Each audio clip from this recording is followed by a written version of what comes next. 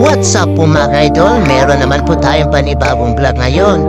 Ito ay request ni Madam Sibiram Prado. Shout out po pala sa iyo, ma'am. So i-explore daw po natin yung Camille Ann Resort. So ang Camille Ann Resort po mga idol sa sakupan ng Municipality of Taganaan, Surigao del Norte. So ano pang inaantay natin mga idol? Tara na! At eto na ulit tayo mga idol. Nandito na po tayo ngayon sa Barangay Banban. So andito tayo ngayon mga idol sa tabi po ng pagtalan po nila. Pala dito tayo magkakapture ng drone shot papunta po doon sa Camille Ann Resort.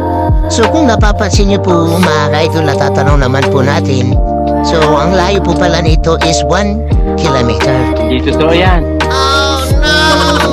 Actually pala mga idol, hindi po tayo makakapunta doon sa mismong resort. What's up